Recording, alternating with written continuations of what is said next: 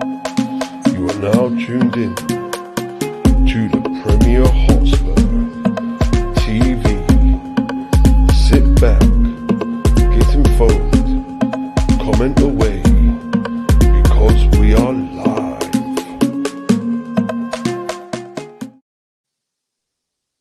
Hi guys, welcome back to the Premier Hotspur TV. It's your man Simon, North of England's biggest Spurs fan. Yes, guys, we are back tonight with a different stream tonight, guys. It's not about football, it's International Week. I don't like International Week. So we have got a big fight coming up Saturday. It's the Fury versus Wilder. And who else to come on with his absolute great boxing knowledge is Mr. Kenny Ken. Kenny, evening, mate. Thanks for coming on. Thanks for giving up your time, mate. I was looking forward to it, Yeah, go on, mate. I was looking forward to it, but I think since we last spoke, it's some very sad occurrences. First and foremost, Pro B's, Frankie Beckles, massive in the boxing community. 2 weeks ago today, he lost his life. He's only 41. And then the early hours of Sunday morning, someone that you've known as well from watching his shows. He's watched alongs on the Arsenal. Chig, Christopher, he passed away as well. Both young men. Chig's 36, lost his life, had his everything in front of him. Both of them left a body of work, and they're very, a lot of people enjoyed what they had to do. Pro B's, he was just making a few waves in the boxing community, getting interviews, getting his past the press conferences. He's got a really, really good channel, and he loses his life. Chig, he started to watch alongs with Lee Gunner, my good friend Lee Gunner. Chig's a good mate as well, just like Pro B's are good mates. Again, sadly taken away. It's way too young. Cruelly. Whatever people says, people say, we're all got to die, but you ask yourself, why those two? Why so? Now, you know what I say to people who, like Shaz on, Petwalk UK. People say, how do you honour someone who died? I tell you, you honour them. You carry on their body of work. You carry on. That the only way you can carry on someone's name is to carry on the work that they did and do it in their name. You don't have to mention them, but people will know that you're keeping their name going. The same, and I say that to say with Lee Gunner, and Ola for Combat Show. You want to honour Chig, and you want to keep on keeping the name Chig going. Carry on with your platforms. That's all the best advice I can give anyone. Carry on, because you could build statues of someone, but that's a statue. But the best way is carry on in doing something they loved in their name, and that will keep you going. I think that's the best way. You've got to remember one thing, right? When you say why them, you've got to remember, what do they stand for and what are their dreams? Do they achieve all their dreams? In some cases, they haven't. But if they've just achieved half their dreams, then that is what you've got to hold on to. When you wake up, you're enraged because you lost someone you love, and you wake up when you can't put one foot out of the other. You live through them. Absolutely. Kenny Ken just put it spotless there. Absolutely tragic news about Chig. I saw it first on Twitter when Lee Gunner put it out there. Absolutely couldn't believe it, Kenny. Really not couldn't believe it, mate. I knew because I knew he'd done that that last stream the night before he passed away, and unbelievable, seriously. And he always, I said, I watched it always because I like Lee Gunner. Such a great fan. Always tells as it is, and that's why I watch these streams. You know what I mean? And always watch the goods. I've watched a lot of streams with him and Chig. You know what I mean? And Chig, he seems like a down to earth person. Kelly, you would know more than me, mate. I don't really know in person, but absolutely, just comes across a real nice guy. And it seems like a guy who listens to your opinions and things like that. And I mean, and yeah, such tragic, Kenny. And it's both of them, mate. Absolutely. Doing a show like this, a sport that Chig loved. He loved boxing. We carry on, because I think boxing fans are quite spoilt to this week because everyone's talking about events in Las Vegas, and we've got a massive card, undercard of heavyweight title fights. Top ranked stroke BT box office, and then you've got the zone as well. You've got the Scouse Derby. Smith and Fowler. For the massive fight. Shannon Courtney didn't make weight, which was the kind of disappointing. Ted Cheeseman again. Ted Cheeseman only has 50-50 fights, but I'm sure the reason what we want to talk about the trilogy of Wilder versus Tyson Fury or Fury Wilder, whatever way you want to do it. Absolutely, Kelly. As I said, Kelly, I'm not a real big boxing fan, Kelly, but I really like Tyson Fury. I've been following this guy for quite a while, and I just like he's just the person he is, mate. In general, mate. And the boxer he is, what he's turned out to be as well, Kenny. Where he's come from, you know what I mean? And up to now, mate, he's absolutely has done fantastic. Firstly, Kenny, let's get to Tyson Fury. Let's have some stats about him, mate. He was obviously born in 12th August 1988. He's age 33, Kenny. He's nicknamed the Gypsy King. Born in Webleshaw, Manchester. Now he's based in Morecambe Bay in Lancashire since 2015, I think. He is the two-time world heavyweight champion. His height comes in at 6'9". He's a big guy. He's a big guy with a big reach at 85 inches, Kenny. And can you just tell people when he like a stance? His boxing stance is unorthodox. Just tell people. What's this like unorthodox boxer mean? Well, the thing with unorthodox, right, is that unorthodox is normally majority of our fighters are right-handed. So because we're right-handed, the signature punch that we take people out of is going to be in the right hand. It could be either a straight right hand like that, or it could be like a cross where you come around, where it's like the version of a left hook, but it's a cross. Right. Where basically you put all your leg behind a shot, but basically right-handed fighters like that. I see his leg. Yeah. So basically everything comes from the leg, where all your power comes from, and that's where this boxing expression, plant your feet. It's basically getting your feet right. So Tyson normally fights out of like the orthodox position, but also he's a very good switch hitter as well. Where his switch hitter is southpaw. So for instance, he could fight southpaw and orthodox, but a southpaw is basically someone where basically you're basically your jab, which is like your fencer, but it gets you the position for the backhand. And what they call a backhand in boxing is basically the straight right, but they call it a straight left, but it's actually a backhand. So you go there and you're boom. So basically, I'm like this now. My foot is out here, got my hands up, and I'm going boom, boom. But you come straight back, boom, and then boom. You set him up for the right, for the left hand. Tyson Fury is able to do it. Another thing with Tyson Fury is his feet. He's got excellent feet to the extent that very quick feet.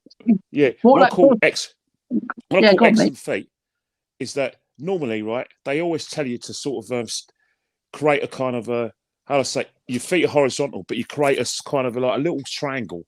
But some fighters, especially the big lads who are flat-footed, they create that. And what happens is when you create that and you're square on, you can't get out of the way of punches. Because you can't get out of the way of punches. What they want you to be is like that, where basically when you like I said, you get. So basically, when I say feet. What I like with my fighters, I like my fighters to have not too much distances between the leading. So say if you're jabbing, you lead when you're on your right hand, your leading foot has got to be your left foot, because that gives you leverage for your jab. So it goes through your shoulder, boom, like that, and then you come down like that. So I don't like too many distances, because if you've got too many distances between your feet, you that's what I call crossing your legs. You're susceptible. So, for instance, if your feet are distance, you want to be on their toes. You want to be on your toes, and then you go like that. Feints. Move back, come back, get your distances right. Anthony Joshua against when he fought Usyk. One thing I didn't like was his feet. I was at the fight with my wife in your stadium. I might call it lovely, but there was if you look at Anthony Joshua's feet, if you look at Usyk's feet was like that. and he was on his toes like that. Anthony Joshua's feet was too wide, so he's panicking. He's getting caught.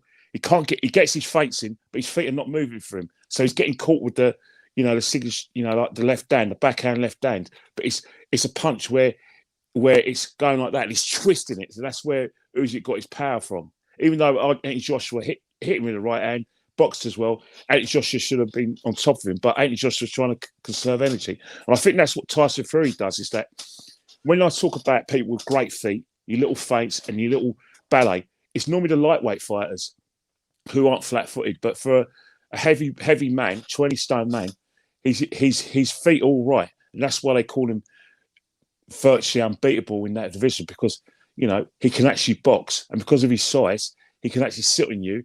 And then because he's now planting his...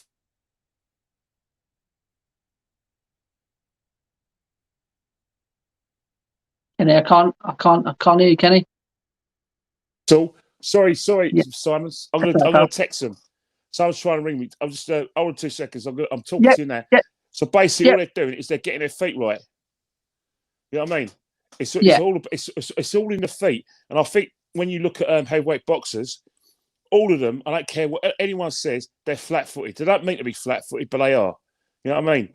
And someone like Dillian White, sometimes he crosses his feet, and sometimes he doesn't get the distances right. But as he's got better, it's all about distance. And I think that's why people don't like fighting Tyson Fury, is because he gets the distance right. Another thing as well, his shoulders right as well. He's able to get that shoulder. So when someone's trying to put the right hand, he gets that shoulder in the way, and then he can actually go right through it. You know what I mean? Kenny, the way you speak, that is the way that's the way he boxes. That's the way I see it. If you notice it, someone's trying to find the right hand. So if you get your shoulders right and you get your heads right and you're feint, the right hand's coming over, and all you got to do, feint, boom, and it comes out. Like, for instance, you remember the second fight with Deontay Wilder? Feint, boom, and sit on top of him, so Deontay Wilder smother him, to smother Deontay Wilder's right. So what Tyson Fury did well, because Deontay Wilder's a big puncher, the only way you're going to be able to get leverage, especially when you're a big man like that, is when you're throwing punches from distance, so you get your range. Because people say Deontay Wilder can't box, and he's not a great fighter, that he's just a windmill man. But he's got 41 knockouts. Doesn't matter how bad or good the fighter is, to be able to get 41 knockouts is one of the hardest things you could do in boxing. To knock a professional fighter out, clean out, is the hardest thing to do. And the reason why he does that is because when he's getting that signature right hand, he's got a lot of distance. Because he's a lot taller than everyone else, he doesn't have to be close range. He can hit from long range. Because fighters, what they don't do is they give him enough distances. So his timing's right. And then when you get the timing right and he gets his feet right and he gets the angles right, it gives him enough leverage to put everything in that punch. He's got skinny legs, but he's got power on both hands, and he puts everything into it and he goes through it. And then what's happened is that not only is he got the distance, he's got the speed, it's the accuracy as well. So normally when Deontay Wilder hits you, any part of the head he hits you, because he gets so much leverage and timing on it, he's going to knock you out. So if he catches you on the back of the head, you're going down. If he catches you there, you're going down. Catches you anywhere around the head, you're falling. You're falling, you're getting, because he's one of the best finishers in boxing. Anyway, you could talk about his lack of fundamentals all you like. I know a lot of Americans who are the most fickle people out there, and some of their boxing knowledge leaves a lot to be desired anyway. They're writing him off and they're calling him all sorts of names. But the beauty of this fight is that you can't really write Deontay Wilder out, because everything he's talks about Tyson Fury win. He can fight him at close range. He's stronger than him physically. He can outbox him. He can outfox him if he goes switch hit. So what can go wrong for Tyson Fury? Plenty. Because if you look at Tyson Fury, everyone thinks, right, Deontay Wilder can only beat Tyson Fury in 3 or 4 rounds. He's got to try and knock him out. Oh, actually, he doesn't have to. Because remember the first fight, it went 12 rounds. The 9th round, Tyson Fury got careless and tired, got put down. 12th round, got put down. So if if you look at the Ortiz fight with Deontay Wilder as well, everyone said he lost every round, still knocked him out. So what Deontay Wilder has to do to win this fight is stay in the fight. Stay in the fight. Box more. Absolutely. Yeah. Make sure his feet are not wrong. Make sure there's not too much distance between his feet. Make sure that he gets his feints and everything. You can't have a situation where someone hits you and you're hitting target. He could have got killed that day because every punch. Normally, when you're in a fight, if you were in a fight with, say, your partner on the show, right? He should only be hitting you with only about 20% of the punches because you're experienced, because you're feinting, because you've got your distances right, you've got your defense right. Deontay Wilder got virtually hit with 50% of the punches. That's death. You can't let that happen again. Absolutely, Kenny. So there you go, guys. Kenny was just telling people what the stance orthodox means, and we've got some people in the chat. Tony, West Ham fan, yes, Tony. I believe he goes on the Bancers as well, Kenny. Yeah, he does. He knows Terry very well. Yeah, he knows Terry. That's it. Yeah. Good evening, Simon. Good evening, Kenny. Ken Ditrex says, "Big up, Simon, Kenny, Ken, the man of wisdom." Adam says, "Good to see you making non-football related content as well, Simon." Big up, Adam. All right, guys. Top 943. And says, "Western Beach Chig, yet another member of the football YouTube committee we've lost." Absolutely, mate. Absolutely devastating. So says Chig, taken too early, Ken. Such a loss. So many reasons. Rest in peace. Lily White Lane. I'm on my phone. I can't send you the link. Unless Matt, when he comes on, so he can probably send you the link. Our turn beats. How's it going, bro? I hope Fury wins. Tony says Joshua again. Thought he was a job already done against Usyk. Too confident, or you could say too cocky. We've got top 943 says Tyson's an awkward boxer.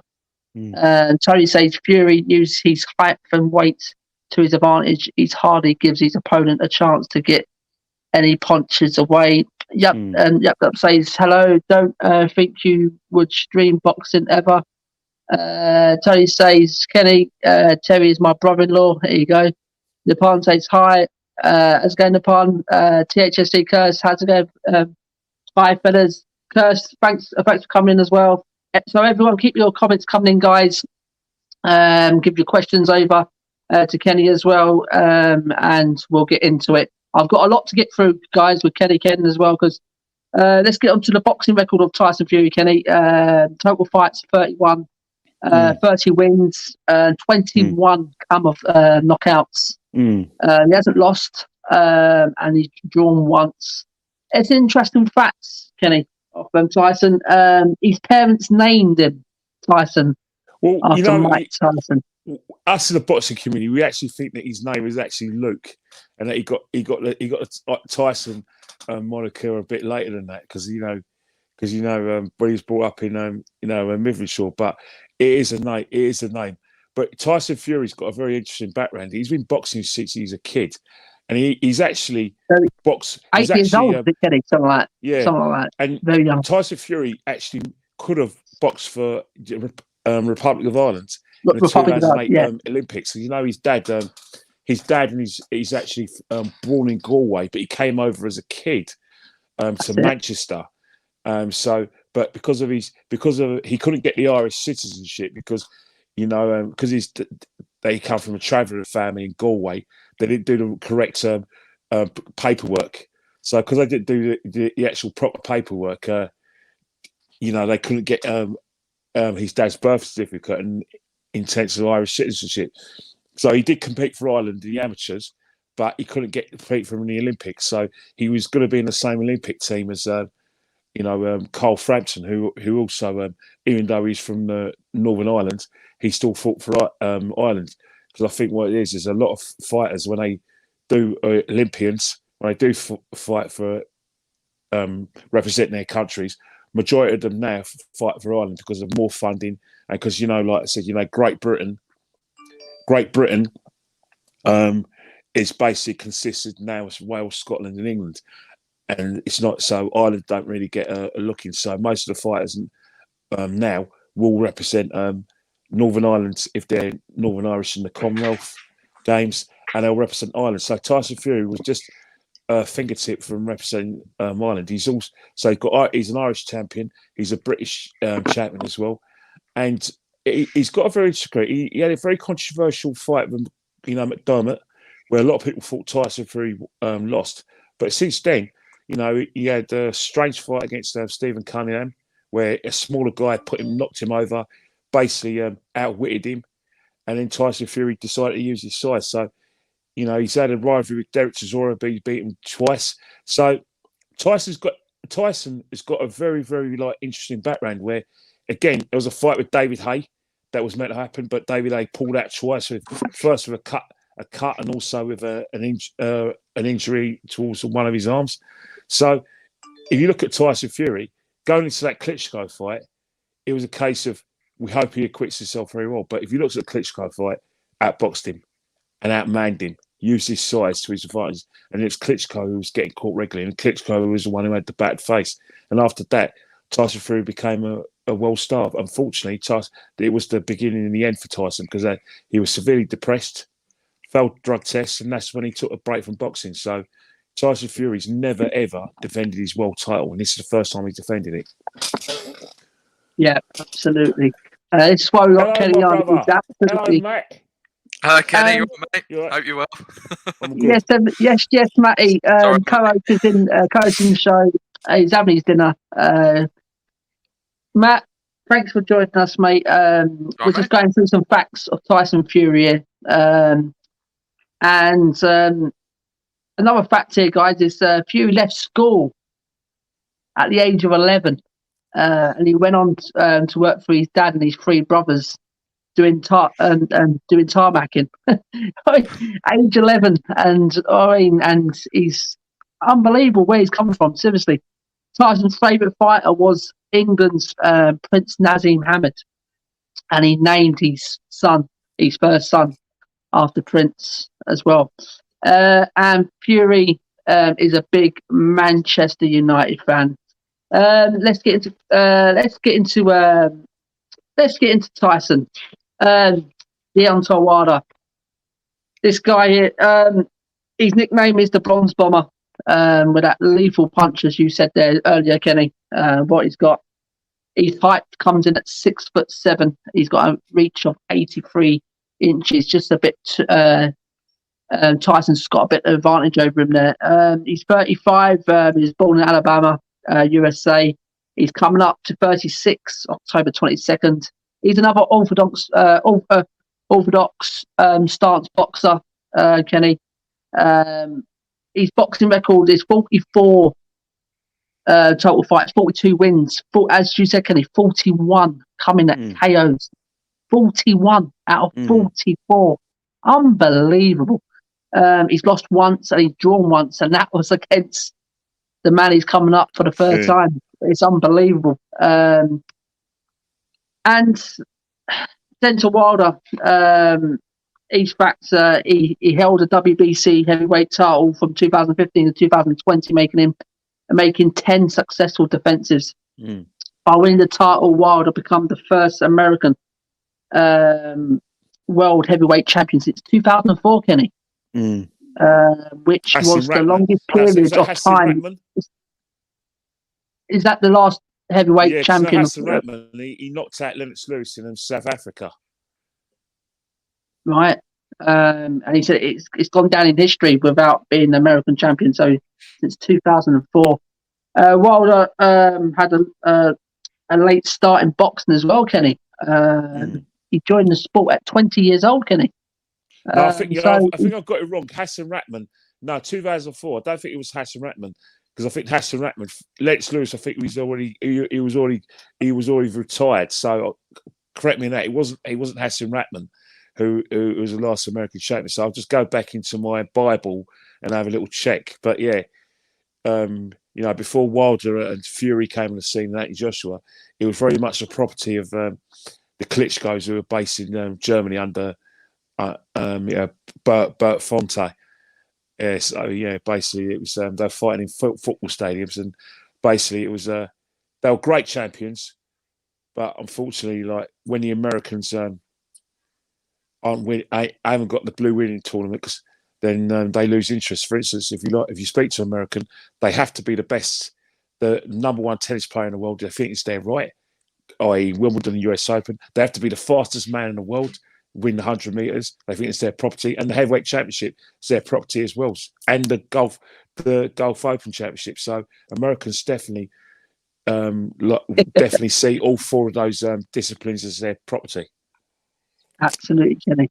And another interesting fact, that's Wilder as well. He's knockout to win percentage stands at 98%, Yes. which 75% is in the world of heavyweight title fights. Unbelievable record percentage wise. Wow. He's the third highest in heavyweight history with 20 KOs in the first round.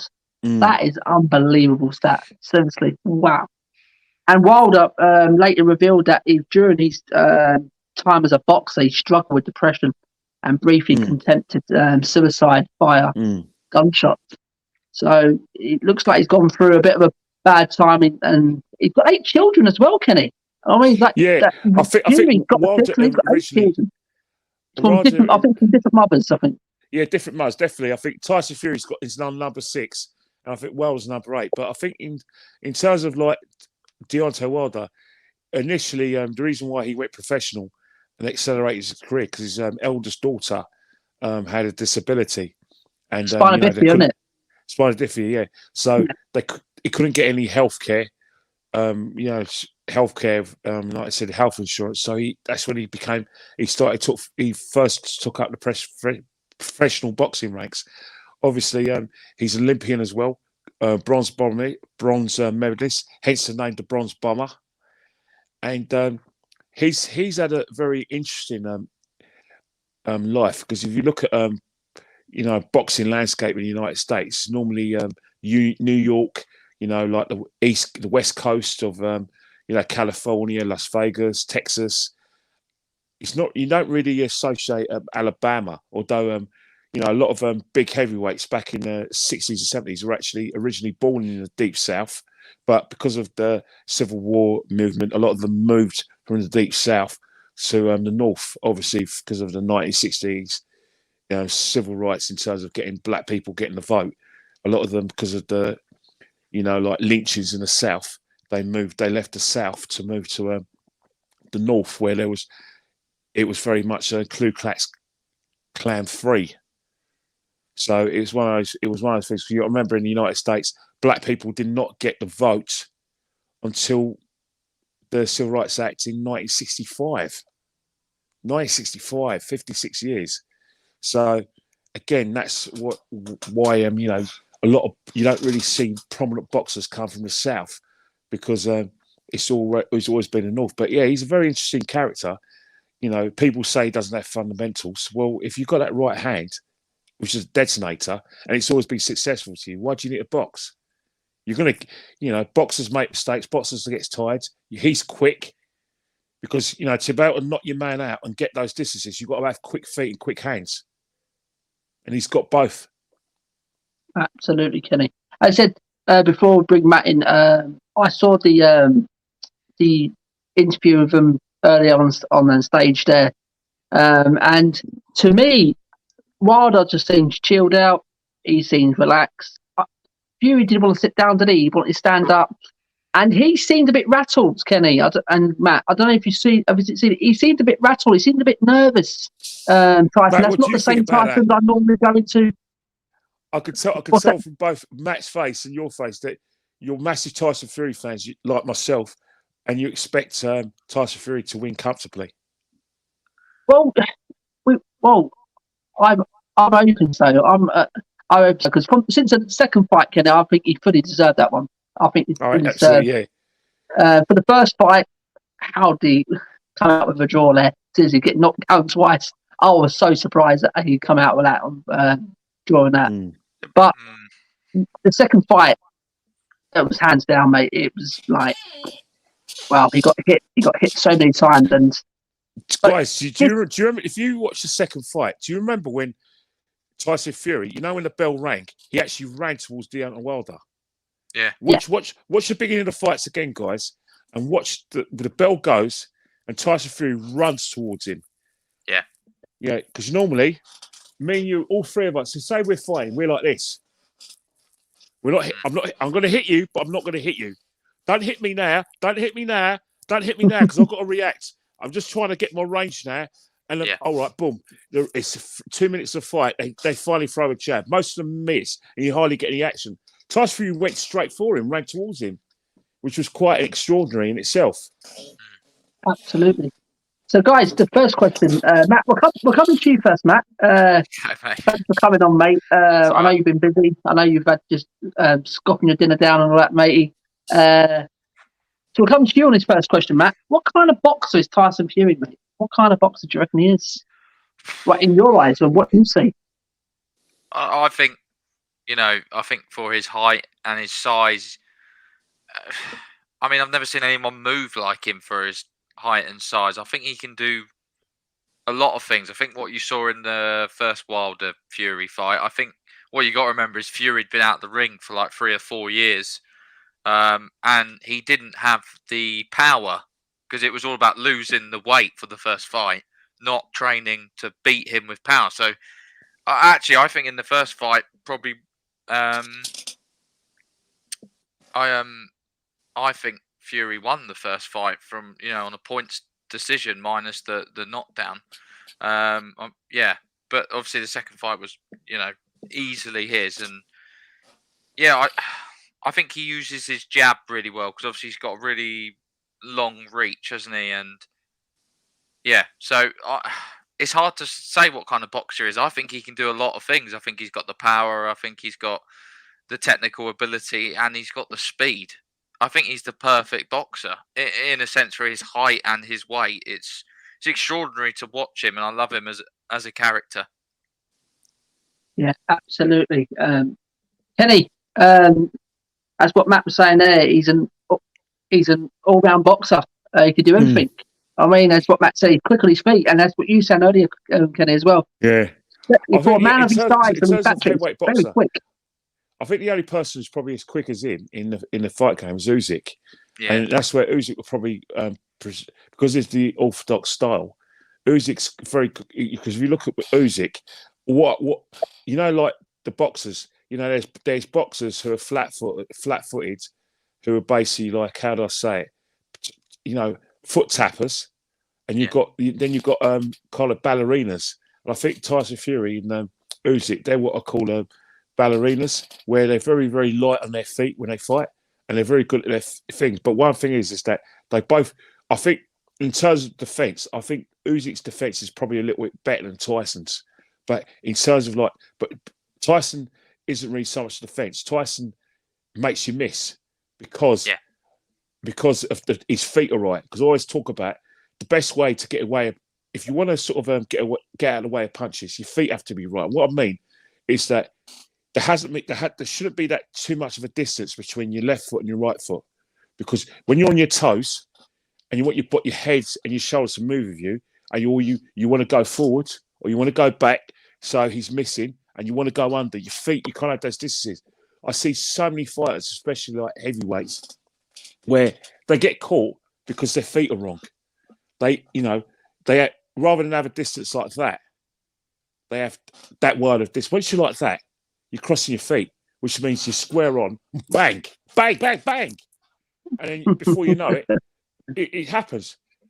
If you're like this and you're square on your feet and all that, and I go bang, you're able to move your body like that and move. So basically, you move your head and your body goes with you, but you can't be that wide and feel that wide and move your body, because it's impossible to do that. It's impossible, and that's why boxers normally beat big punchers, because boxers are able to, like I said, use their skills to avoid punches, and then they got the speed to actually use the most underrated punch in the business, which is a jab, and they do body punches as well, and they know how to get in the way.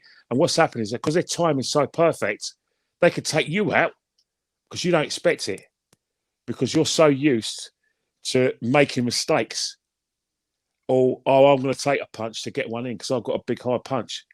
But if someone keeps on catching you regularly with a jab, body punches, boom, it weakens you. Don't care how big a punch you're weakened. And you're ready to be taken out. And I think that's where Deontay Wilder has to do. His distances have to be right. He can't, by all means, get caught by the jab initially, but you make sure you let your hands go. But you've got to still fight and do what you're good at, but mix up a bit more, box.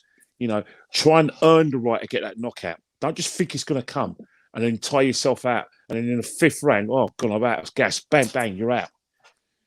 You know what I mean? Yeah, absolutely, Kenny. Absolutely.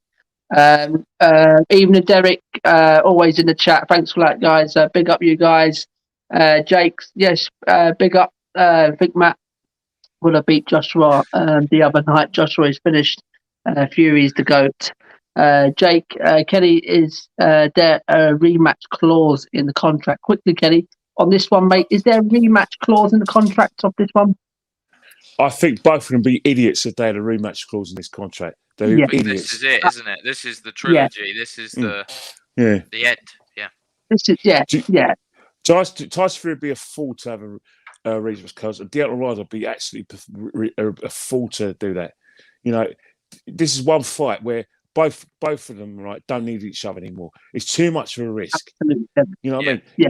If you fight the same fighter all the time, you're not going to be motivated as much as you should be, especially if you think you've got to beat that fighter.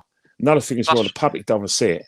Yeah, exactly. We don't want to watch another one. This is it for me. Whoever, it's the trilogy. It's, every fight normally has a double or a trilogy, doesn't it? So whoever wins it, that's the end of it. I don't think there'll be a rematch. But absolutely, Matt. Absolutely, Kenny. Evening, Alexander. Is this at the Spurs Stadium? No, it's not. It's in Saudi Arabia, is it? No, Vegas. Right? No, it's in Vegas. I was in Vegas. So it's going to be early hours, isn't it? 2, 3 o'clock, something like that. Guys, it's going to be something silly, isn't it? It's about 4 a.m., I think. 4 a.m., something like that. Have you guys bought the fight, or are we relying on some sort of? I'm relying on some sort of dodgy thing. Yeah. I think I've got some sort of links. 25 quid, isn't it? That's what it is. But yeah. You know what's happening is that it's better. Like, I've been burnt a lot. I've had loads of people say, "Ken, get on this website and blah blah," and you do it, and you think, "Hang on here, am I going to get some sort of virus on my phone or something, or my computer, or my iPad?" I think, I've been doing it for ages, mate, and nothing on my phone, mate. I did it for the Joshua fight, but yeah. I was telling Simon and Matt, I hate to say it, and it really, really bugs me to have to say it, but your stadium, oh, Jesus Christ. Jesus. Whoa. Shame about the team, but we won't get into that. Your stadium, hey, your stadium's beautiful. Cheers, Kenny. You know something, right? I actually got in a players' tunnel outside. I know, I saw it, Kenny. I saw it, man. That's mental, that. I couldn't believe how I managed to find myself in a players' tunnel because my wife, we got the lift. And they just said, go that way. And I think we went the wrong way because as we were coming down, we were coming down the lift. You can see people coming down the escalators. I was thinking, now this looks a bit more informed because I've seen journalists coming down those escalators. And I saw people, VIPs. I said, what the hell am I doing here? So as we went downstairs and went down at my right, I just saw Players Tunnel. I said, no, it can't be the Players Tunnel. And I saw the list of all your players who've played for Spurs it came to the 1950s, the 1960s, and 1970s, 1990s, and 2000, 2010. And I went, yeah, that's that. And then I see Frank Smith, the head of Matchrooms boxing, come out. I went, yeah, we're in a thing. And then I could hear a bit of commotion. I could hear some Eastern European voices. I said, yeah, I'm here. Better get that camera out there and let's film it and prove it so there's evidence. And that's what I did. Well done, Kenny. Absolutely fantastic story. Brilliant. Alexander says, no money for leaving then. No. Richard, evening, Richard. Thanks for coming on, pal. Love Fury. He has all the money in the world, yet he's still so down to earth. Hope the boys Hope you boys are keeping well though in this international week. Richard says Tyson Fury KO within 7 rounds. You heard it first. Remember, I predicted Arsenal 3, Tottenham 1 last time out. Richard says I used to think Kenny Ken was the 90s jungle DJ. I could be. No, actually, he's actually Ken. His name is Ken Kenneth DeSaul. My surname isn't DeSaul, but yeah, he's. I don't think he. I actually think he's. I actually heard that he's a West Ham fan. I think he's DJs on Flex FM and things like that. And yeah, but I think yeah, Kenny Ken. We're both. I think we're actually the same age. But yeah, he's a West Ham fan. I'm an Arsenal, and I actually got called Kenny Ken because I was actually doing a show with Darren Lewis of the Daily Mirror. That was back nearly 10 years ago. Darren Lewis, Nigel Spatman, Leroy Rossenia, Luther Blizzett, Neil Webb, and Mina Rizuki, because I was covering England matches for a TV channel that was on a Sky platform, and one of the guys on my Twitter, I just put down my name and went, "Well, we can't have you call you that." I said, "Well, what do you want me if you call?" He went, "Well, how's Kenny Ken sound?" I went, "Well, my name's Kenny." He went, "Yeah, Kenny Ken, that do." And I just left it at that. Right. Brilliant. I left it at that. So basically, for the last 10, nearly 10 years, I've been called Kenny Ken, and I kind of answer that. So my real name is Kenneth. It is Kenny. So that's it. But Kenny Ken, I went. And then I went, bloody hell, they called me. I know he's a DJ from, loves, drum and bass and jungle, but, called me Kenny Ken. And I thought, right, it wouldn't take off. It's just going to be a thing. Next minute, I went back on that channel again when I wish I did, because it was going out of, it was on its way out. Still called me, and then I went on the fan cams and I thought, well, and we're now introduced to Kenny Ken.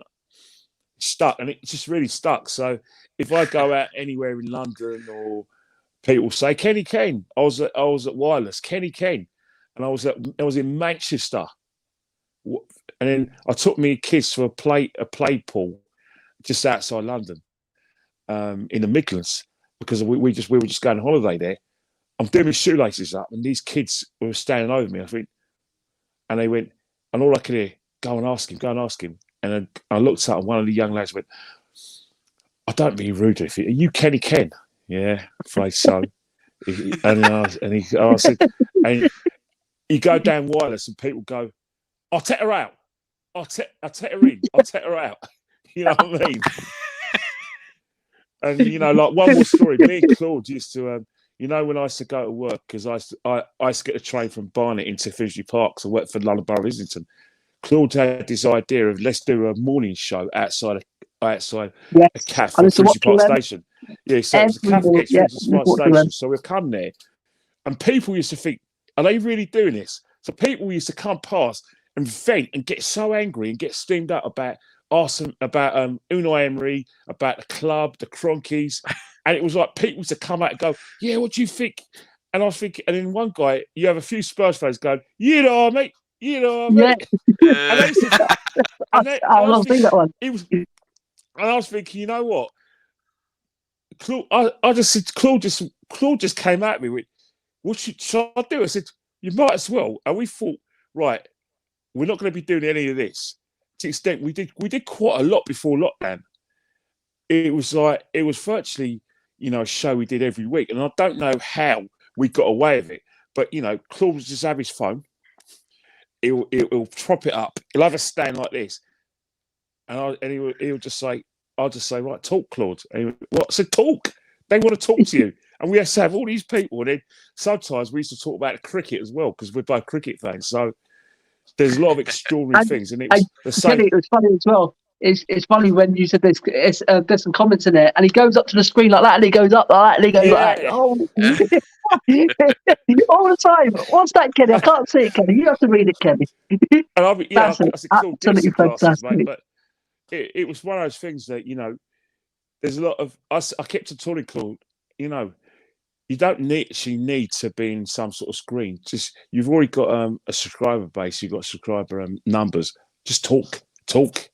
Yeah, Don't wait. exactly. Don't wait for AFTV or Robbie Lowell to patronise your channel. Just do it yourself. You know. Absolutely. And he did. Absolutely.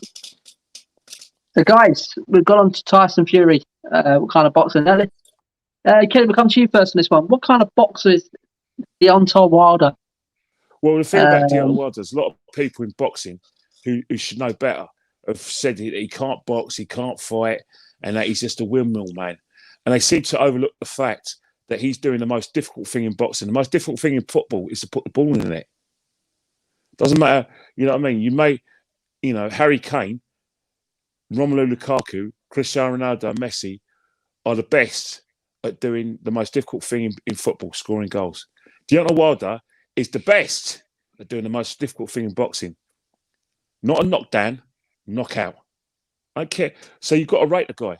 Because to knock a man out, you've got to get your distances right. Get your distances right. And another thing about hurting your man and getting through is timing.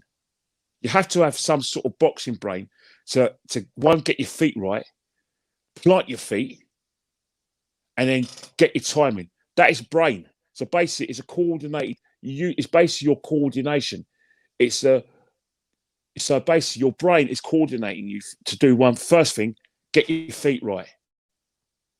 Plant your feet. Get your distances, and then when you're throwing that punch, all in one brain movement, you're thrown from the leg, and then it's your timing. That's a skill in itself. Because he's not as if because if he's a windmill man, he'll be hitting them with this part of the hand. Yes, but he's hitting them there. He's hitting them there. This part, the scoring punch. Like where they used to say the white part of the glove. Obviously not. He's actually hitting you like that with the white part of the glove. He's going bang like that. That's a skill. So when people say he hasn't got the fundamentals, Stefan, obviously he won the title by beating Bernard Savan, and people say he ain't a great fighter. All right, Ortiz. You saying Ortiz ain't a great fighter? Don't Brazil fought for a world title. He's half decent. All right. You may say he was an American footballer, but he can fight. He took out Tyson Fury. Remember, a geezer who's got one of the best boxing brains, the best feet in the business. He still managed to get through and put him in his arse. And had it not been for generous refereeing camp, this may not have happened. You know what I mean? So you got to give this guy some sort of like I said, credit and credit's due. And let's face it, before he fought Tyson Fury, I can't speak for you guys, but one thing I could say, which is factual, I know for a fact, right? You guys would have been shitting your pants. Sorry, excuse my language, because I know you're kids. Yeah, you guys would have been essing your pants at the thought of Joshua fighting Deontay Wilder, because the reason why you thought about it, you would have thought, you know what, this is a 50-50 fight, and I think that Deontay Wilder can knock Joshua out. And that was after he fought Klitschko, and they're trying to set the fight up, and that everyone was excited by that. Now, because he got a draw of Tyson Fury, matched right, he didn't deserve it, and then Tyson Fury takes him out. He's been a poor boxer since then, which means all the fighters that that people saying weren't in his level 3 years ago, and now being able to beat him. Dillian White is my most favourite fighter of all time. I hope he bashes Wilder up, but they're saying Dillian White will take him out easily. They're now going to say Andy Ruiz is going to take him out easy. In fact, every heavyweight since he's lost to Tyson Fury is no longer scared of him, and they're going to take him out easy. Don't you think that's extraordinary? Kenny, has he lost that fear factor then since he's two fights with Tyson? According to a lot of heavyweights and a lot of people in boxing, clearly so. I mean, Anthony Joshua, one of our greatest champions we've ever produced, most successful champions we've ever produced since Lex Lewis, apparently he can't box now. He was just like Frankenstein. He's a robot because he lost. And I think that if sometimes in boxing, you could tell with a lot of people, not really genuine boxing fans, that you become a crap fighter because you've lost. Trust me, a lot of good fight. Trust me, that heavyweight division, I promise you right now, any of the heavyweights who finish their career unbeaten, I'll shake their hand because we've got a strong division of good fighters. The top 10 fighters are all, in other areas, worthy champions. Dillian White's a worthy champion. Walling's a worthy champion. Joe Joyce is up there. Janet Dubois, who is another guy who everyone says he can't fight because he lost to Joe Joyce. He's a good fighter. None of those guys look out of place. All of those. That's why I say it's a dangerous division for Anthony Joshua, Usyk, and Tyson Fury. He's the best of the best, but he can still get taken out by any of these guys because they're good fighters. Yeah, absolutely, Kenny. Absolutely. So that's Kenny's words on Deontay Wilder. Matt, we'll come over to you, mate. What kind of boxer do you see Deontay Wilder? And do you think, as I said to Kenny there, after these 2 fights with Tyson Fury, has it got it into his head now?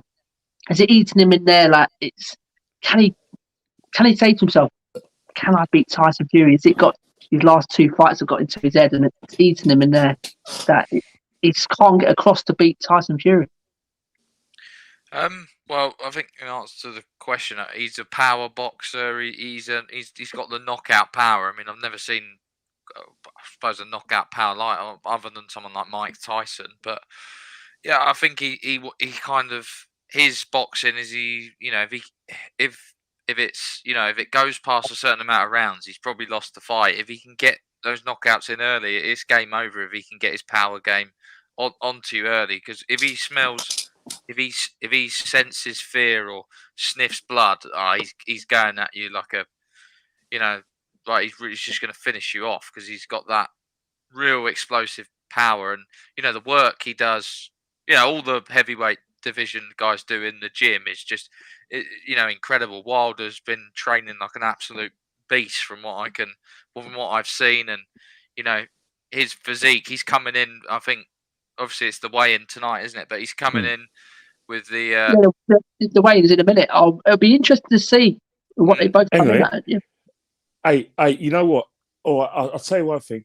I'm not going to advertise it because remember, you guys are subject to to copyright. So, I'm not going to advertise if it's on at the moment because But let's just see.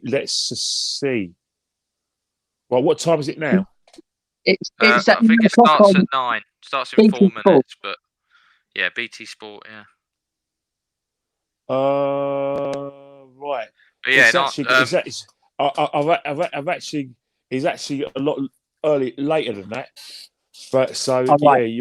there's ample time for you guys to watch it live so you're not subject to any other copyright. Absolutely. Go on, Matt. Go on.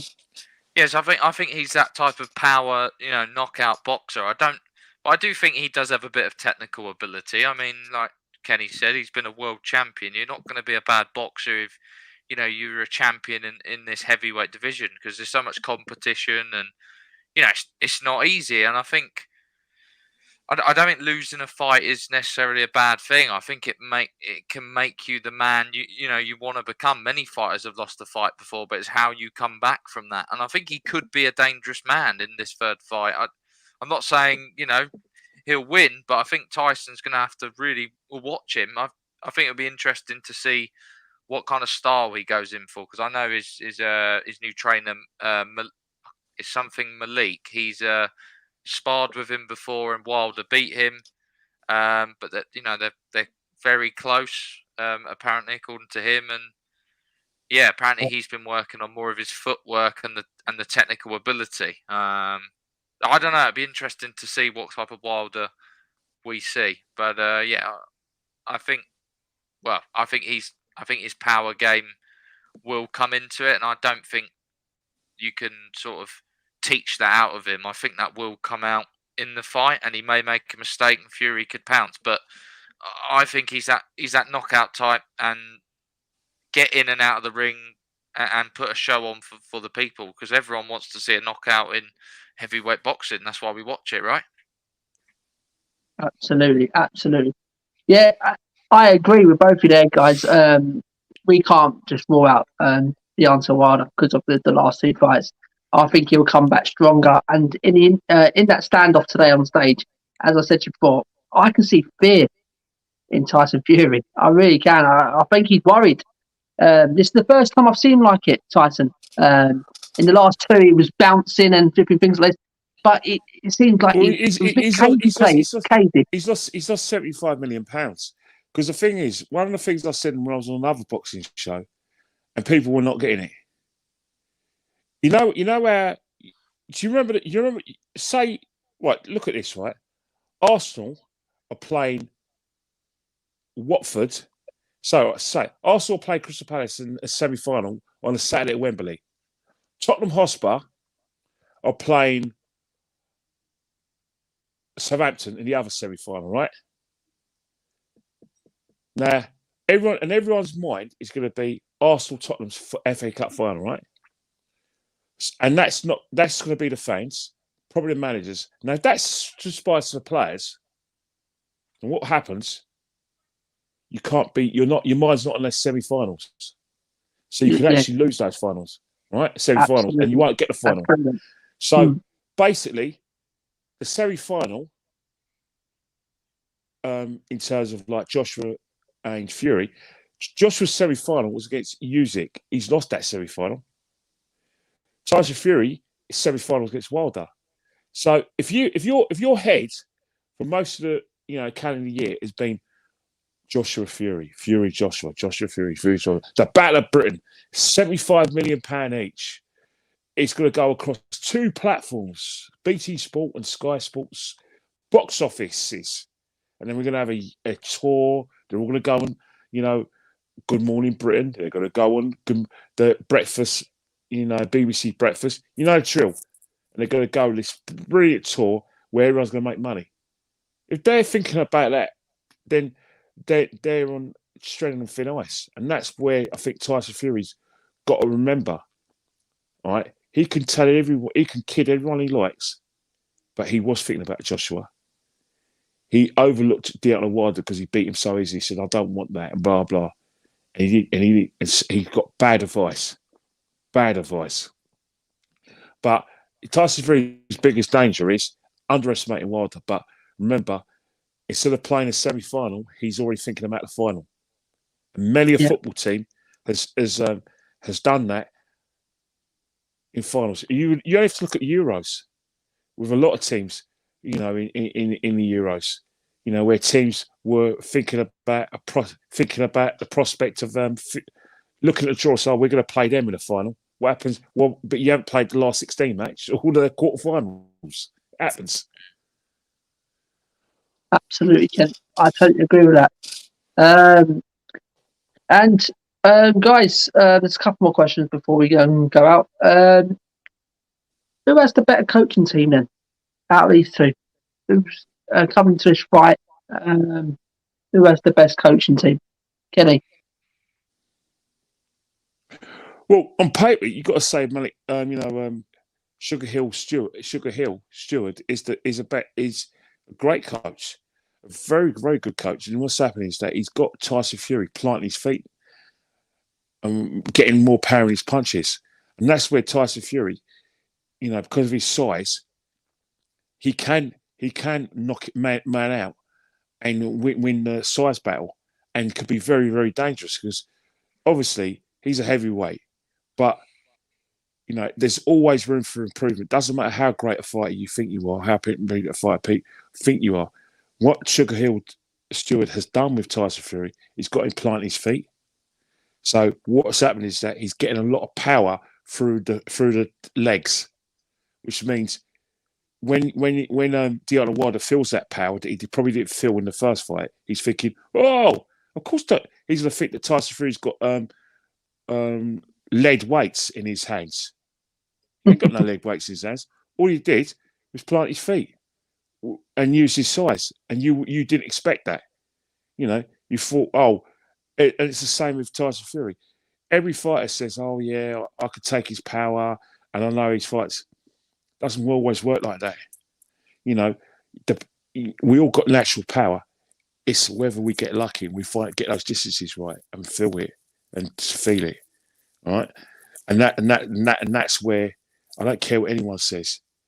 If you get caught cleanly and you don't see it coming, you're on the canvas. Doesn't matter how good a fighter you are. But in terms of like Malik Scott, people underestimate Malik Scott because people say he wasn't a great fighter, and how can he be a good coach? Rob McCracken was only British level. I've seen Rob McCracken fight live. Good middleweight. There was one fight I was watching on TV when he fought a guy called Steve Foster in Manchester. It was like Birmingham City Man United, and basically the crowd were fighting. They were throwing seats. So was he world level boxer? Of course he won. George Groves' coach was he Paddy Fitzpatrick. You don't have to be a great boxer to be a good coach. What you need to do is whether you can get the best out of a fight. I've seen so many fighters who go to really great coaches, but if they're crap fighters, they're not going to look any good. They're going to get confused. Try to neutralise their good work by learning something new, and it doesn't work out. So really and truly, a good coach basically. Oh, Kenny's phone's gone. There, Matt. So Matt, who has the best coaching teammate out these two? I think they both have, good. Oh, he's coming back. Sorry, guys. Yeah, but what I'm trying to say, right, a good coach, right, maximises your strengths. He doesn't try to basically say, oh yeah, all that great stuff you're doing is all wrong. And and when you go and you coach, you do it gradually. You don't try everything he teaches you in a new fight, because you'll lose. And I think it's not about who's got a better coaching team. Of course, Sugar Hill's levels above Malik Scott, but Lance Scott has been around the camp for years with Deontay Wilder. Before we get on to Matt's his input on this, Freddie Roach, is he part of the Fury team still? Is he in and around the team? No, he's not. He's always been freelance, but he's not really part of the Fury. I think, and again, he's in and around there, but not as much as he was for the first Ryder fight. Yeah, and like Ricky Hatton was a part of the the entourage and coaching setup, but he isn't as much as well. But the main guy now is Sugar Hill. But I think like Freddie Roach and Ricky Hatton were more there when Ben Davison was what a great coach. Kenny, what a great coach. And he's got Parkinson's, isn't it? I think. Is it Freddie Roach? It's so sad, but what a great coach. Absolutely fantastic. I think what's happened, credit, he's a Hall of Famer, isn't it? Freddie Roach, Floyd Mayweather Senior, best defensive coach in boxing. And we got some really, really good coaches. I think it's a testament to boxing that, that the coaches are just as famous as the boxers. I think one of the greatest coaches in the making is going to be Shane McGuigan. But I think the problem the McGuigans are going to have, Matt Myers, I don't know if you're a McGuigan fan, I don't want to offend any McGuigan fans, is that when you are a trainer as well as their business manager, it's always going to be a problem. Look at Frampton. I think the Wiggins are going to have a lot of problems with their fighters, because I say it's a great respect. It's all about that with them too, the McGuigans. They're so desperate to compete with Matchroom and Queensberry Rules that it's too much of this, and that's when they lose a lot of fighters. Absolutely, Kenny. Absolutely, Matty. So Matt, let's have your say on this, mate. Who has the better coaching team going into this fight, mate? Oh, I think they both, haven't got bad, teams. I'd probably, because of Sugar Hill, I'd have to edge it to Fury. I think Fury's sparring partner is it Joseph Parker as well. Mm. Yeah, I mean that's not a bad guy to spar, and that's a pretty heavy guy big to lad, spar with. I don't know who Wilder's sparring to. I haven't heard much about that, but yeah, I think that's I'm laughing Because I remember Shane McGuigan saying that if he was coaching Wilder, he would have got Hergovich out there because he's kind of a Tyson Fury weight and height, isn't it? Yeah. But yeah, so I don't know who Wilder's, in terms of, I don't know who he's sparring. If Fury's sparring someone like Joseph Parker, he's going to be taking hits. I'm sure he's going to be getting a test, and he'll be having good, rounds. I think it's a great sparring partner, for him to practice and train with. He'll learn a lot of Sugar Hill, like Kenny Ken said. He's been working on his footwork, and his speed looks quicker. He looks a better boxer since he's been working more with Sugar Hill. But the whole camp, I've been watching the insider videos of the the Wilder and the Fury. Both are really competitive, but the relationship between Tyson Fury and Sugar Hill is it's really something else. Actually, it's he says it's Tyson said it's really hard to find a trainer because they have to be on his personality, and he says Sugar Hill, he's found him in that, and yeah, he's really competitive. I think they were doing a plank challenge, and it was Sugar Hill versus some newish boxer that's coming out. He's like 24, and Sugar Hill beat him, and he's like 50 in his 50s. But and Tyson sort of said it just shows that the competitive bit of banter we have in our camp, and we always push each other. So I thought that was quite telling. But I think I'll just go for Fury's team. But I mean, Wilder's still got a good team. Looks like he's got a good strength and conditioning coach from what I've seen. I'm sure Malik will be teach him a bit more technical sort of stuff in boxing. I think he'll be working on his footwork and maybe using his jab a bit more. And his speed, going up. He was doing drills Wilder where they were making him sort of run backwards and being light on his feet. I do think it'll be interesting, but I think Fury's camp just edges it. Probably mainly because of the Sugar Hill thing, and I think his sparring partner is pretty good as well. So, yeah. Yeah, absolutely. So, guys, we're getting to the last one. We're getting to the last question, and we'll end it, guys. Who's going to be this big fat Dawson? The predictions between these two. Matt, we'll come to you first on this, mate. As what Fury says, he'd love to say the big fat Dawson. Who's going to be this one at the end of the night, mate? Who's going to be the winner? Who's going to be the loser? Who's favourite going into it, actually, as well? Who's favourite coming into it? I mean, people just edge it with Fury because of these 2 wins. I mean, from what I've seen and the press conference, I took a bit of a different view on Fury. I know you said Fury, it didn't look himself. I think he looked pretty calm, really. I think he just had certain questions he wanted to bring to Wilder about the cheating claims. And I don't think you could tell he sort of got Wilder to react a bit. It was a bit of a heated confrontation, but I think Tyson's always been like that, where he doesn't really sit mostly at press conferences. He likes to. He's in Vegas. That's his crowd. He loves Vegas, so he obviously just thought he's going to stand up rather than sit down. At the end of the day, he's trying to sell the fight. He wore his, special suit, which I thought was incredible, with no shirt again. And actually, Wilder copied him. If you've seen the press conference, and he sort of bantered him about that. But yeah, I think Fury looked. I think he's pretty confident, to be honest. I think he looked pretty confident that he's gonna. I think he just wants to finish him off. I think he's a bit Wilder for Fury's turning a bit. He's like a bad smell that you can't get away, and you just need to. Eventually he just wants to get it out of the way, finish him off and put him into retirement. That's what I think, he wants to do. I think Fury's going to win. I don't think it will be as easy as the second fight, but I fancy Fury. I think it'll be stopped. I don't think he'll knock him out. I think 6th round. I fancy Tyson Fury to finish him off in the 6th round. Yeah, I think he'll use There you his go. jab better. I just think Wilder. I can't.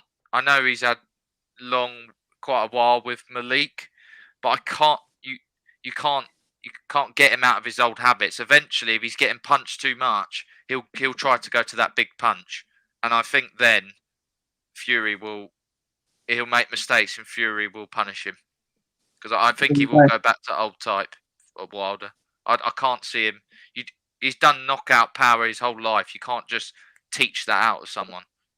But it'll be So interesting Matt, to see. they're going for stoppage in the 7th, did you say? I said sixth Sixth. round. Yeah. 6-round stoppage. Fury to And win. before we get to Kenny Ken's predictions here, we got Big Pat says just look into it. Wilder has been sparring Robert. Is it Helenius at 6 foot? Helenius. 6 foot finish. Helenius, yeah, pro. That will be on the undercard. Not sure if that will be anywhere near enough to prepare him for Fury. Kenny, do you know much about this boxer? This guy? Well, he's on the Robert Helenius. He's actually got a rematch with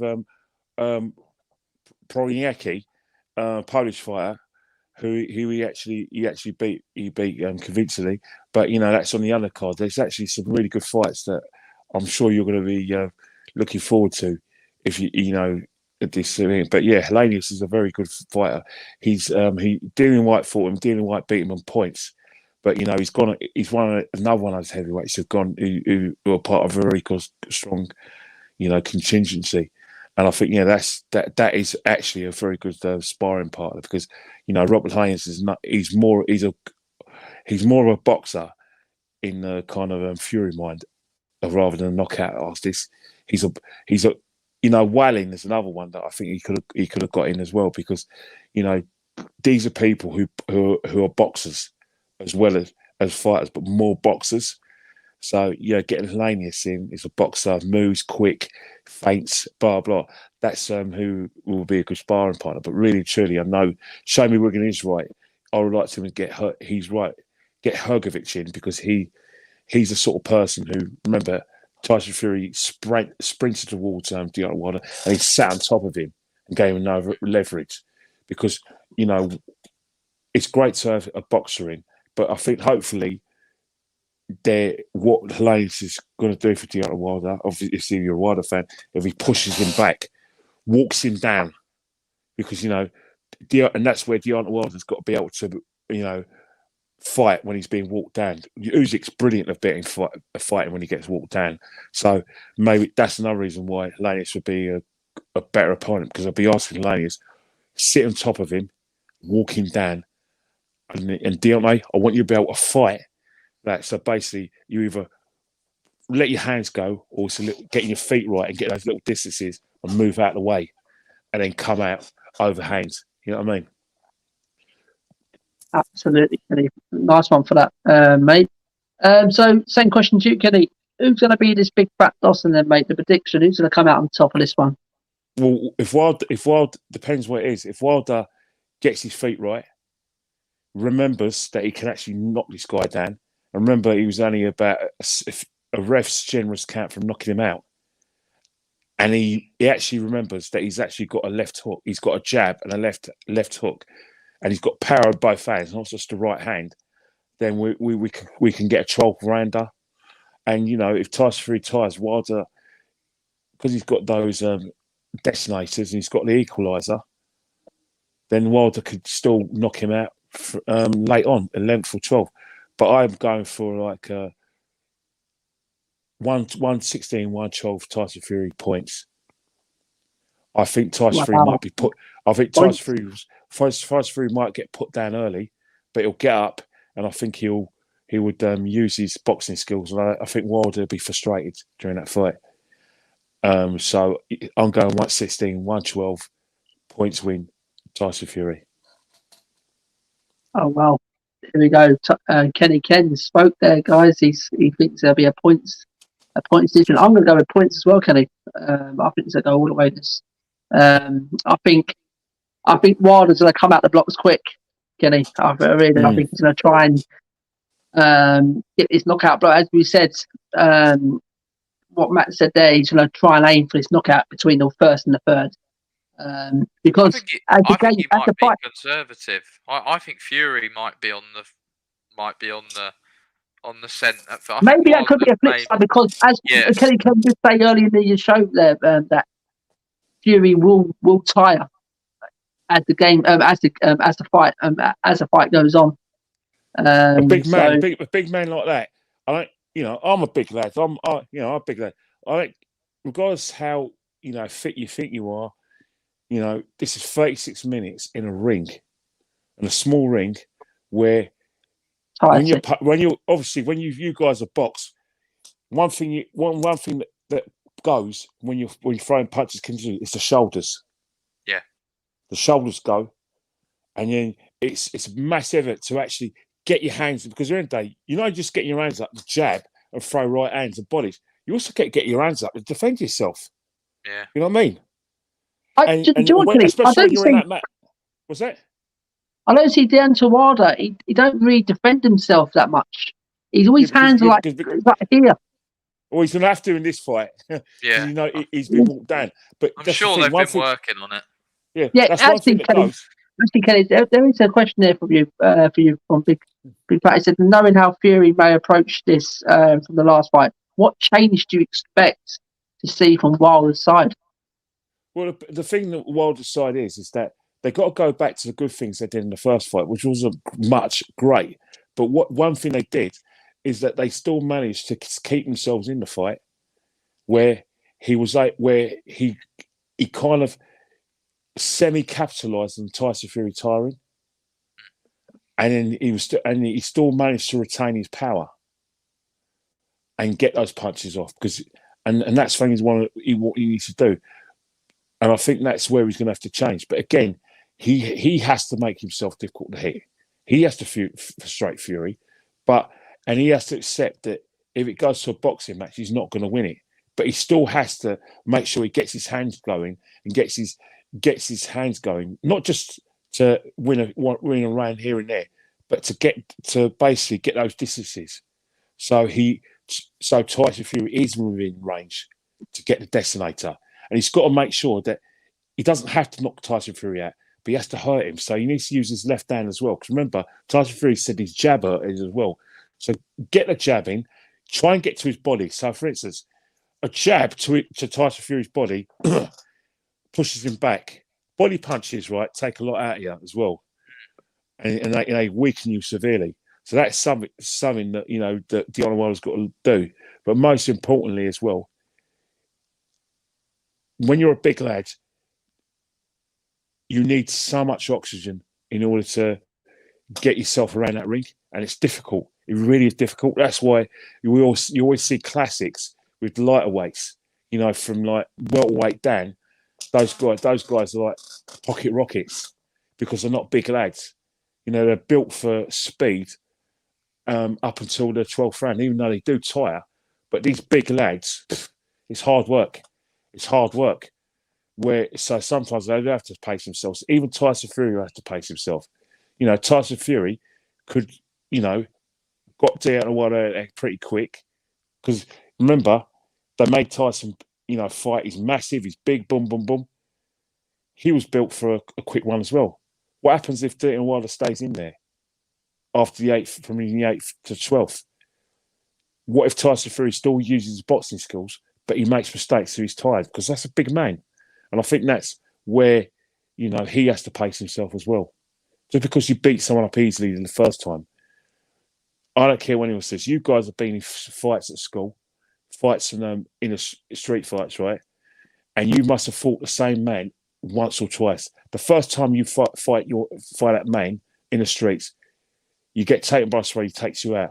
But the second time you have a fight, you remember what he's good at. Yeah, absolutely. You remember what remember the mistakes you made, and remember how you lost face. So first thing you do is you defend yourself, make sure he doesn't. You neutralize the person's strength, and then you take it by surprise. You went, "Oh yeah, you think it was easy this time?" Bang!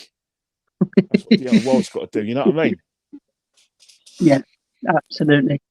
So it's going to be an interesting fight. It's going to be absolutely fascinating, and I'm not expecting it to be one-sided at all. Seriously, and I can see Wilder coming out of this one, very quick out of the blocks. But I just think Fury's going to just nick it on points. That's what Kenny said there. So guys, are we looking at these two are the best at this weight at the minute, or do you think someone else is better than these two? Matt? I do think Alexander Usyk's, I think he deserves a mention. I just think what a fighter, bearing in mind that he's not traditionally a heavyweight. I think I'd love to see him versus Tyson. I think that'd be quite an interesting kind of fight. I think he could give him a test. Anyway, I know Tyson's obviously would you pay £100 to watch that? Yeah, I probably would actually. Yeah, we're boxing men, but all right. Say you're casual. Would you pay £100 to watch that? No, because they'll probably think, nah. Yeah, that's what it's about, isn't it? Yeah. But yeah, no, Usyk deserves a mention. There's loads of heavyweight. I like Dillian White as well. I think Dillian White. I think he's really good. I think he's a character. I think he's funny, and yeah. I'd love to see Joshua Wilder, if that could happen, because I think that would be a good fight. But I think Wilder could beat him actually as well. I really do. This is a conversation we're having pre Tyson Fury coming out of retirement. The fight that was out there was Wilder versus Joshua, and there was because at that time we saw Klitschko hurt Anthony Joshua. Yeah, but we saw Joshua get up. Yeah, we knew Deontay Wilder was a decimator. Yeah, and that it was one of those things that if he caught Joshua early, Joshua would stay down. And we even before we saw the Reed fight, we thought, we noticed that Joshua sometimes he goes all like big Frank Bruno when he gets hit. He goes into shot mode. Just goes down, doesn't it? And he can't quite refocus. Yeah, and I think because he feels it to his foundations, and I think we always felt that that Deontay Wilder was too dangerous for AJ, but it's one of those things where I think in terms of like boxers, Usyk is going to say, "Wait a minute, I beat a two-time world champion, and I've basically managed to maintain my size, maintain my skills and speed." And I think that, these guys probably are stronger than me because they hit harder than me, but I can outbox them, and I've got deceptive power. And what I'm going to do is, if I plant my feet, I could take these guys out as well. So he's going to ask himself questions because he's like I said, he's the man to beat at the moment in the division because he's got the most belts. Yeah. Yeah, and I just think, me personally, I think where he's come from, because as you said there, Kenny, ages ago it was just between Joshua. It was mentioned the Joshua Wilder fight. Tyson wasn't mentioned, wasn't he? But the way where he's come from, being a fat lad, and he literally come from nowhere, and he's absolutely done fantastic. Really has. To me, at the minute, I think he's got everything, Tyson. I think that's why I think. You say about fat lads. I always say to people, but muscles don't win your fights. You can mean what I'm saying, Kenny, I saw pictures of him where he was chubby in the face, he was fat. The way, and how hard he's worked. He's worked. Definitely, I think what's happened is that Tyson Fury, right, is that mental health issues are still strong. I still think he goes through depression. I think he's got that gypsy warrior in him. His dad's got behind him as well. And I think going on there still. He needs this, doesn't he? Because he can't. He has to train. He always says, "If I don't train, I get these mental health thoughts." So Frank Bruno, he's got the best body, one of the best bodies in boxing. He don't box, but it's because it's because Frank has to train because his health, mental health. He has to keep busy, and he has to do something like he has to imagine that he's training for a fight. Yeah. So you see, Frank, You know, there was one. You know, his best mate owned was a manager of one of Chapneys, isn't it? I think just in Leicestershire. So it right. Frank can live with me for a while. You know what I mean? Right now, Frank Bruno's probably doing 50. He's probably on his 1,000 sit-up. Oh dear, Jesus Christ! But yeah, so all three of us, we're all tipping to the Fury camp. It's going to just get this over the line. But it's not going to be an easy fight. I do say Wilder's, a dangerous man. Dangerous man. A man with a lot to lose can be very dangerous. You know, if he loses this fight, he could go into retirement, couldn't he? So I think he'll come in a dangerous man. I think. Imagine, yeah, it sounds great, don't it? A two-time world champion. I still think that, as much as I love Tyson Fury, I just think that everything's up for grabs. I think there's good fighters out there. Yeah, as I said, this is not going to be an easy fight, seriously. No way. It can go either way. I think I'll make you understand right, you know what I mean? So, but Kenny, before you go out, Kenny, there was a boxer who retired the other day. I think he was one of my favourite boxers before Tyson. Is he want to be president of Philippines by any chance? Yeah. Manny Pacquiao. Oh my God, this guy. What a boxer. Absolutely fantastic. One of the greats. Absolutely. And do you know what, right? Should have fought Mayweather 3 years before. Yeah, should have fought him earlier. I was just about to say that. Yeah. Seriously. I was itching for that fight ages. But, Kenny, I remember when Ricky Hatton went into the thing and they're all confident Ricky Hatton's going to do it, and all his mate, he absolutely got schooled. He got battered by him. Like, this guy can move. I'm telling you, I've never seen so much, the quickness of him. The way he's a southpaw as well. Southpaw, and he won all his rematches. When remember he lost to Timothy Bradley, won a belt back. You know what I mean? You know, he's basically, you know, you ask yourself, right, in 2009, that's probably when him and Mayweather probably should have fought, you know, from a period, you know what I mean? But they fought too late, and you know what? Mayweather probably still would have won because Mayweather's the best fighter, lighter weight fighter I've ever seen. You know, what another great boxer as well. He had deceptive power as well, and he could hurt his man. But you know, in terms of like what you guys said about Ricky Hatton, Rick Hatton's a great as well, two-time world champion, and he only lost to Mayweather and Pacquiao. Yeah, then I must say that me and the wife, we went to Manchester. We went to Manchester. We went to Manchester for his comeback fight against Shevchenko. And let's face it, before he got hit with a body shot, I just thinking his time was all wrong. His time was all wrong. He missed punches. I thought, you know, Ricky. I was actually happy for Ricky Hatton that he got caught with a body shot and he went down, because I thought he just looked, his time was all wrong. But tell you one thing, Ricky Hatton fight, it's got to be the best atmosphere in terms of like going to a sporting event. It's probably better than a lot of football events I've gone to. The fans, they absolutely love him there. They love him. Trust me. It's one.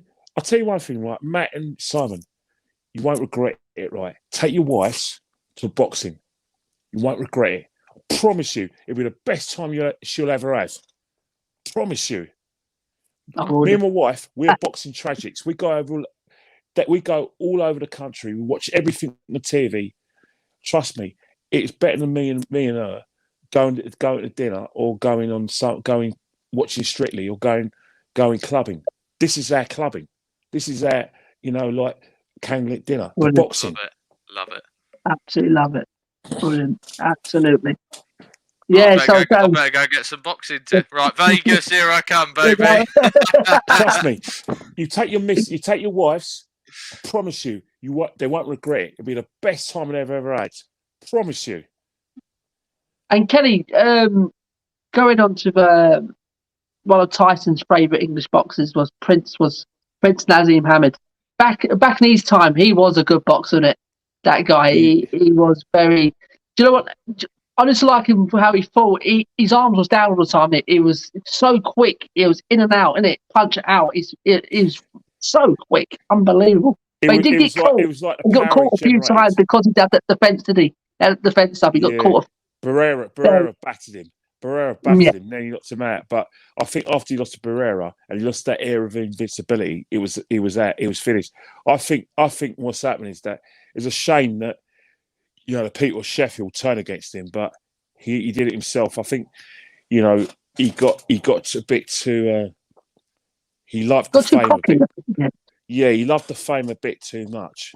Yes, and he forgot where he came from. And now it's Tyson now. Yeah, he's putting a lot of weight. I saw him about 10 years ago, and I thought, Jesus Christ, he's let himself go in it. But but you know what? I suppose if you've trained like that many times since you're a kid, you're probably going to do something like that anyway. You know what I mean? But what a great fighter as well. If you when I talk about the mecca of boxing, there's only two countries who you could call top boxing nations: the USA, Britain, and maybe Mexico. But I'll tell you one thing: British boxing is up there, mate. It's up there. Is it code for you got Sky had done something with Boxer and Wasserman. You got DAZN, good stable of fighters, and BT Sport. Never write off Frank Warren. Everyone writes him off and say Frank's finished. Brilliant promoter, mate. Absolutely fantastic, Frank. Yeah, don't get me wrong. He hasn't got Matchroom's budget, but still, Frank Warren's still the man. Yeah, absolutely. So, guys, that's it. That's the preview, guys, for tomorrow.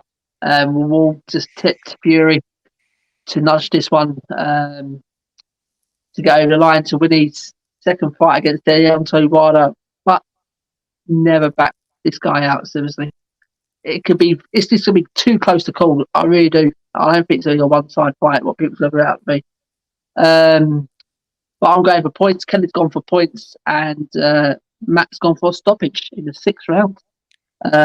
So, Steve Ken, thank you very much for your knowledge. You know what's that, right?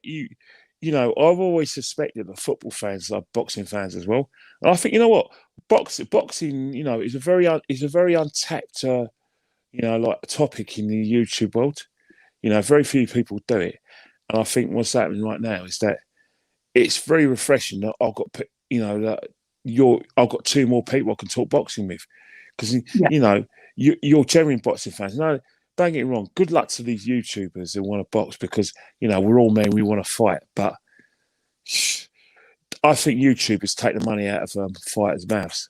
Personally, absolutely, 100%, 100%. So. Absolutely, it's a pleasure to have Kenny on. Seriously, his knowledge of boxing is unbelievable. Seriously, this guy. If you want to talk boxing, you talk to this guy here. Absolutely crazy knowledge, crazy. And as we said earlier, big up to Chig. Rest in peace, pal. Absolutely fantastic. Pro B's brother. Rest in all peace, the support. Yeah. It's amazing how that support's come in the last couple of days as well, Kenny, for the GoFundMe as well. Unbelievable. Let me say something, right? When we fight amongst ourselves, we hurt each other's feelings. We try to get each other cancelled. But when something like this happens, we all forget that and we get together and we contribute and give everyone. We always get together, because the other day, it's obviously you guys are Tottenham fans, but I say one less Arsenal fan on this earth is a loss too many. And to lose the people we've lost in the Arsenal community and lost in the boxing community, it doesn't bear thinking about. You know what I mean? Do you know what, Ken? I was watching that show last night when you having different fans come on with Lee and all that, and with Diesel, and there was people like crazy, like fans from Mexico and Italy and literally all the other side of the world sending messages for Chig. Unbelievable. And that's the good thing about it, is that everyone just assumes that that the only Arsenal channel out there is Arsenal Fan TV. There isn't. There's loads of other people and room for everyone else. Don't get me wrong. Everyone who's been on YouTube has had some sort of dealings with Arsenal Fan TV. But there's life after Arsenal Fan TV. Yes, you know, a lot of the people going there have got to work with Robbie. They've got contracts with him. That he makes some money, and they could probably get the odd appearance on Sky TV. But you know what? Arsenal was here before any of the fan cams. Definitely here before AFTV, and you know, it's one of the things. You know, if you're a YouTuber and you talk about the Arsenal, then people will want to watch you. Even the ones who want to throw, you know, rotten meat at you and probably want to. Some people want to throw flowers at you or knickers at you. You know, we're all talking. I'm sure you have it in the Spurs community as well. There's people who think, nah, I think he's a bit too much. But if something happens in the Spurs community to that person, you'll be all there backing him and having the person's back, won't you? Yeah. Absolutely, Kenny. And thanks to my co-host Matt. He come in late, but he's always there. Sorry about that. No, things come first, pal. Absolutely, mate. So you know the potatoes your mum cooked you, mate. Did she use like the sort of duck fat? Because they're really nice, the duck fat as well, especially when you're having like your potatoes and maybe lamb chops. How was it? Yeah, you know what I mean? Well, tonight it was barbecue chicken wings and homemade chips. So, oh my god. Yeah, not to make you jealous or anything. I'm insanely jealous, by the way. Yeah. We got Tony that says Kenny is the front of the knowledge when it comes to boxing. Absolutely, he's one of the things. Kenny's got all. He's got all the answers. Like I said, the checks in the post, mate. Tony says as well. Kenny, the football community come together for moments like Chig and Claude, etc. Believe us. Unexpectedly, absolutely, Tony, absolutely, mate. So yes, big up, and big up Claude up there. They're both together. Can you imagine it? Claude's probably. Can you imagine it? Can you imagine what Claude would have made of Italy and England in the European Championship final? God! What would he say about that? Eh? Wow! Seriously, oh my God! He would have went mental on it. He would have went mental. Seriously. And he hates international football. So I would have ruined him. I said, look at that. You're Italy and England, and you hate international football. Oh, brilliant. Absolutely. It's just so sad, Kenny. It really is. Yeah. I mean, but I think, as you said, Kenny, we've got to keep streaming, Kenny. I mean, you've got to keep going. Yeah, you can't, unless you want that person to be forgotten. You all have ways of forgetting, but yeah, they shared their work and their body of work with thousands and millions of people. So carry on doing your work and keeping their memory alive for the millions of people who watched them. Absolutely, mate. So thanks for everybody who's joined the chat tonight. Absolutely fantastic supporting there, guys. And let's hope for a really good fight tomorrow. Well, early hour Sunday morning, guys. Let's just hope it's a good fight. Like the second fight, that fight was unbelievable. Seriously. Well, let's just. I think it's going to be like satellite TV in bed. You know, watching that fight, isn't it? Kenny, I just want both of them to go at it, mate. Seriously, I don't want just a one-sided fight. I just want both of them literally just go. If you're that knackered when you're watching, you'll want to fight over and done with, wouldn't you? Yeah. Quick knockout, right, Ben?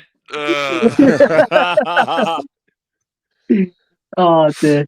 And Tony says, Kenny, I don't take checks. Cash always welcome. Cash or PayPal. PayPal. You need to have a Gmail account for a PayPal, though, Toad. So, guys, oh Jesus, God, they all come. Thank you, Derek. Great show. Well done tonight, lads. Good stream and content. Thank you very much, Tony. Thanks for that, pal. Absolutely fantastic support from you as well. Always coming in on there. So is Derek and the others. So, Kenny, tell everyone where they can find you, mate. I know you ain't got a channel, but tell everyone that they can follow you. I've got Instagram at KennyKen1972 and Twitter at KennyKen1972. You know, where you're going to find me, I don't know. Just get me at ringside. Just get me at ringside this time.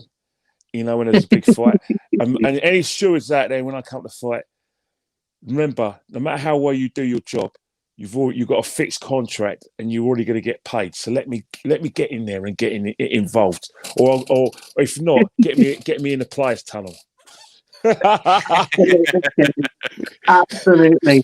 Tony says PayPal is all good, and Derek says big up, Kenny. See you later, guys. Kenny, thanks very much for coming on, mate. See you soon. Come on, you Reds. Yeah, come on, Spurs.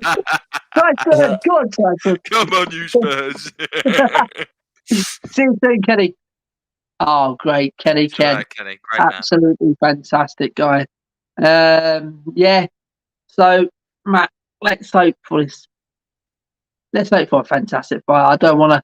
I mean, obviously, I want Tyson to win, but I want to see a good fight. I wouldn't mind a bit more. You know, rather than one-sided. I think we want to be a bit off our seat. You know, it's going to be a great fight, I'm sure. But unbelievable. It's going to be an unbelievable fight. When Wilder loses, he doesn't come out with he cheated again. But it's always the excuses, isn't it? Interesting to see if he wears any heavy ring gear like he did last time. I reckon he'll just come out in his tracksuit. I think he did actually tweet or Instagram one of them I saw the other day. He's going to come out with that mask thing on, or whatever it is. Oh, just the mask, not the whole. Yeah. No, yeah. So, guys, thank you for everyone in the chat. Absolutely fantastic support for the channel. I know it wasn't many people in. I think we had about 15, 16 at one stage. I know it's not football content, but it's international week. I'm not a massive fan of international football. I like Euros or things like that when it comes to a big competition starting. So I thought let's do Wilder versus Fury. You know what I mean, it's a big fight. It's a massive fight. Matt, let's not get it wrong. As we said there, they're the one of the best in the world at this division. You know what I mean? Put Joshua and put Usyk in there as well.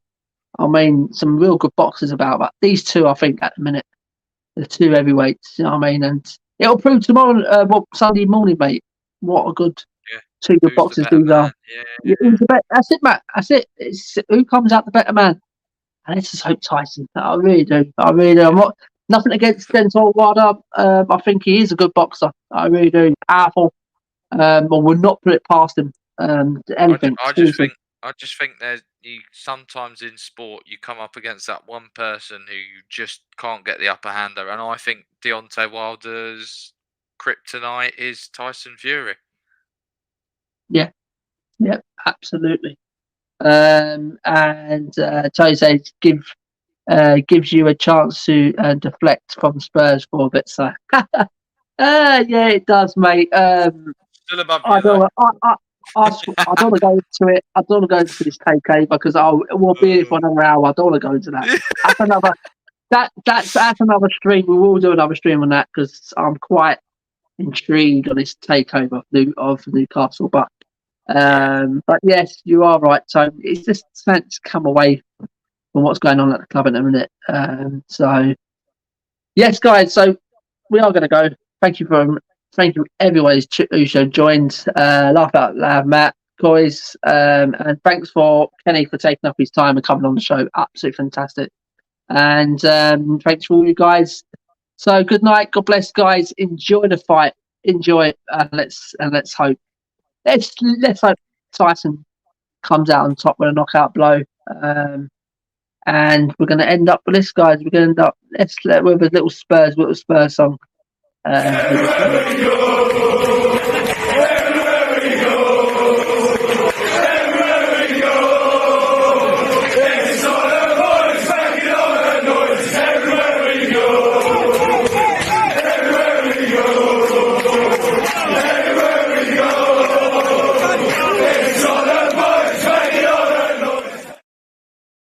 Good night. God bless, guys. And come on, Team Fury. Come on, Fury. Come on, the Gypsy King. Come on. Come on, the Gypsy King. Come on.